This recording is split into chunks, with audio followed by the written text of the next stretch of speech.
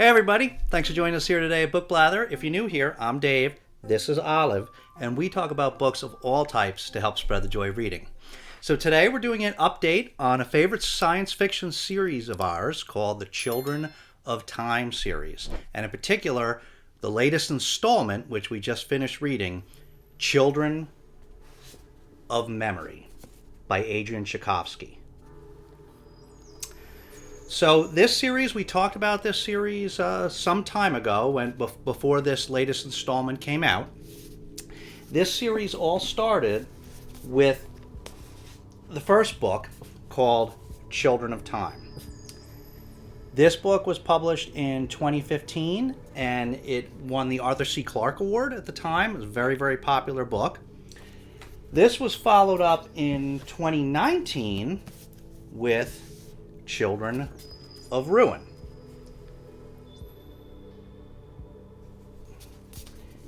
And we thought that was going to be it. We thought it was just going to be two books in this series. We had no idea that Tchaikovsky was going to continue. And then this year, early 2023, came out with the third book, Children of Memory. So this is a series that we very much enjoyed and continue to enjoy, and we're excited to tell you guys about it. So as I said, we talked about the first two some time ago, but just to give you a brief overview, what Children of Time, of course, as the first book, sets the stage for this Children of Time universe. And basically, Children of Time starts out where this is set in the far, far future, where humanity is very, very advanced. And we are introduced to this famous scientist called Avrana Kern, who is spearheading a project to terraform other planets and seed them with life. And she is orbiting in a space station around the first of these planets, and she is about to send down some monkeys onto the planet with a bioengineered virus that is intended to accelerate their evolution. There is a lot of political strife going on back on Earth at this time, and something very, very catastrophic happens to humanity. And so that changes everything. It changes things on Earth, and it changes things on this new planet that do not go exactly as planned. And so our story then picks up sometime in the future. Humanity had encountered a bottleneck and regressed quite a bit technologically, and then risen up again. They did not reach quite the same level that they were at before, but they're still very far advanced, much more advanced than we are today. But a lot have been lost in terms of technology and knowledge and language. And so we're basically introduced to, the story kind of follows these two different paths. First, we get to see a lot of what happens on this terraformed planet over the eons. And at the same time, we also get to see the characters of a generation ship that has left Earth and is now searching for this planet. A generation ship meaning a ship that's on a long-term journey, where the people are either in cryosleep or else go through multiple generations, of humans while they're traveling on this ship. And so we are following the people on this ship, and in particular the main character, Holston, I think it was, who is a linguist, who is an interesting character because he's originally thought to be a very unimportant member of the crew, but since he has this historical knowledge of language and lost languages and an innate ability for communication, he end up being a very important character because communication of difficult types becomes a key aspect of this story. And so we follow these two lines, and it is a very, very cool story as we follow the progress of both this generation ship and as what happened to this planet over the eons. And there's a lot of really, really big ideas in this book. It really runs with the concept of, just very vast distances of space, but just incredible eras of time, and the types of things that can happen over time, and a type of evolution, the remarkable things that can take place through the engine of evolution over those incredible amounts of time. And so a lot of really big ideas in here in terms of you know, both both in terms of you know, like I said, biological evolution, sociological evolution, and you know, what types of the different types of life there can be, and really a lot of big ideas in here, but done in the context of a really engaging, exciting story. There's never a dull moment in this book. Never at one point is it a slog to get through this. So really well done. Then it picks up. Then we, you know, the second book is Children of Ruin. And so Children of Time had absolute complete closure to that story. It's not like it's, you know, you need to read the next book. You got nice, good closure in that story. However, it does also provide the vehicle for continuing the story on, which this universe is particularly conducive to, right? Because it's a universe based on this initial project of terraforming other worlds. So Children of Time leads into this. And in this, we see it's sort of a similar situation. Here we're dealing with, turns out, another solar system that had, where attempts to terraform and seed that solar system had taken place. And so, similar to Children of Time, we see two different time periods. It goes back and forth, where we see the original terraformers that first went to this solar system and what happens as a result of their efforts and other things. And then we also follow those that are traveling to that solar system in search of them, in search of these other lost worlds. And so really cool. Just like Children of Time, it follows these two different paths.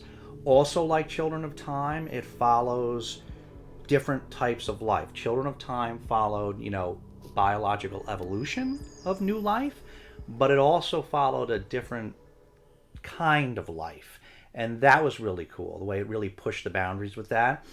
Same thing here. We get to see the evolution of a different kind of biological life, but also we get to encounter a new kind of life. So it's kind of neat the way these books each do these multiple parallel things, following two different sets of characters and two different timelines, but also exploring different kinds of life. And then in this book, The Children of Memory, very similar type of thing. Once again, totally new story, but here we are seeing, I can't say too much, it gets harder as to say too much about these as we go on in the series, but this book was also really good. So this one we see, it's presented a little bit differently, where we're again seeing a couple of different timelines. So we are seeing the people that originally went to terraform another planet, but then we also see what happened with the terraforming of a different planet, the terraforming and seeding of a different planet. So again, we see those original terraformers over there, and then we see what happened over the eons there. And then at the same time, we see this other world, and we don't learn early what happened originally over there, but we are seeing where that world is now. And that's the most I can say about it. But it also was, it's great the way Tchaikovsky does these, because in each of these he explores a new type of biological evolution of a different species over a very long period of time. But he also really pushes the boundaries in simultaneously exploring a very different kind of life, which is a lot more speculative and really cool. Now, each of these books was a little bit different in terms of, like, the first book, Children of Time, was very much sort of strictly science fiction. When you got to Children of Ruin, it was still predominantly science fiction, but there was also a little bit of a horror element introduced to it. Not of like the, supernatural, cosmic, or, slasher kind of horror. Just, I mean, it was all science-based biological, settings and characters, but it created some very scary scenes with some of the things that happened, and created, some pretty stressful reading, actually, where you're on the edge of your seat and you can't believe some crazy things that have happened, and you're like nervous about what else is going to happen. And then in Children of Memory, he does kind of a little different thing where he kind of keeps you, for a good part of for one half of the story, keeps you in a lot of suspense. And you realize that there's something going on, but you don't know what it is until further on in the story. And I would say probably it was maybe like 2/3 or 3/4 of the way through where I finally kind of guessed what was happening. But it was really interesting because he also just the presentation of the book again was different, because it did it more of a mystery and a suspense, and it was a little more heartbreaking what happens, So very, very cool the way that he has all these 3 books have all sort of had similar themes and similar things that he explored, but all very different, both in terms of the presentation, but also in terms of what he explored.